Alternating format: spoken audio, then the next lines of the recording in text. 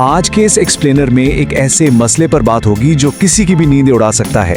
Blocked शनाख्ती card यानी CNIC की वापस बहाली। जाहिर है, जब पहचान का बुनियादी दस्तावेज ही रुक जाए तो जिंदगी के बहुत से काम बिल्कुल ठहर जाते हैं। तो चलिए इस परेशानी को हल करने के आसान और मुकम्मल तरीकाकार को अच्छी तरह समझते हैं। आज के इस जायजे में किन चीजों पर नजर डाली जाएगी? शुरुआत होगी ब्लॉक्ड CNIC की परेशानी से, फिर ये देखा जाएगा कि ये ब्लॉक आखिर क्यों होता है, इसके स्टेटस की तस्दीक कैसे होती है, जरूरी दस्तावेजात कौन से चाहिए, नादरा का मुकम्मल तरीक़ेकार क्या है और आखिर में डिजिटल शनाख्त को महफूज बनाने की अहमियत। तो सबसे पहले बात करते हैं पहले हिस्से पर, ब्लॉक्ड CNIC की परेशानी। अचानक पता चले कि शनाख्ती कार्ड ब्लॉक हो गया है तो जहन में फौरन पहला सवाल यही आता है कि अब क्या किया जाए। ये घबराहट बिल्कुल फितरी है, क्योंकि बुनियादी दस्तावेज के बगैर इंसान खुद को बिल्कुल बेबस महसूस करता है। लेकिन घबराने के बजाय जरूरत इस बात की है कि इस पूरे प्रोटोकॉल को समझा जाए। कंप्लीट नादरा गाइड बिल्कुल यही काम करती है। ये इस उलझन को सुलझाने के लिए एक मुकर्रर करदा कदम ब कदम हल फराहम करती है। अब आते हैं दूसरे हिस्से की तरफ और देखते हैं कि ये मसला पैदा क्यों होता है।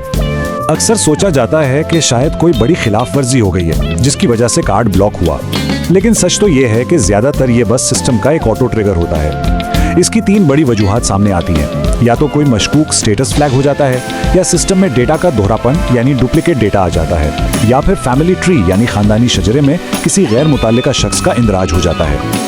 वजूहात तो मालूम हो गई, अब तीसरे हिस्से में देखते हैं कि स्टेटस की तस्दीक कैसे की जाए। दफ्तर जाने से पहले घर बैठे स्टेटस चेक करना इंतहाई आसान और ज़रूरी कदम है। इसके 2 बुनियादी तरीके हैं। पहला, SMS सर्विस, जहां अपना शनाख्ती कार्ड नंबर भेजकर स्टेटस का फौरन पता लगाया जा सकता है। और दूसरा, नादरा का ऑनलाइन वेब पोर्टल, जो मसले की दुरुस्त नौइयत और स्टेटस की मुकम्मल वजाहत फराहम करता है। इस तरह मामला पहले ही समझ आ जाता है।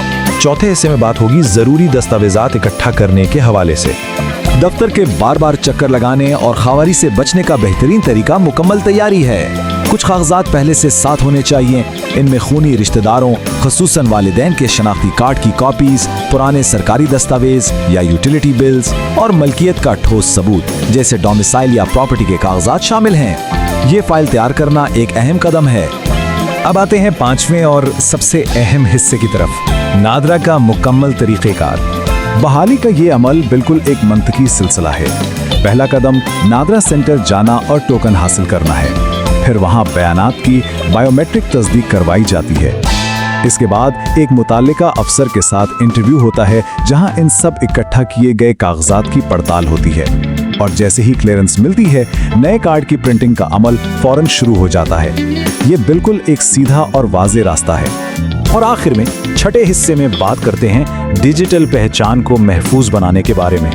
कार्ड की बहाली का ये पूरा सफर इस बात को वाज़ेह करता है कि सही मालूमात और वक्त पर तैयारी कितनी अहमियत रखती है। लेकिन यहाँ एक बुनियादी और संजीदा सवाल पैदा होता है, क्या आज के इस तेजी से बदलते डिजिटल दौर में हर इंसान हकीकी मानों में अपनी डिजिटल और दस्तावेजी पहचान की हिफाजत और ऐसी अचानक आने वाली उलझनों से निपटने के लिए मुकम्मल तौर पर तैयार है?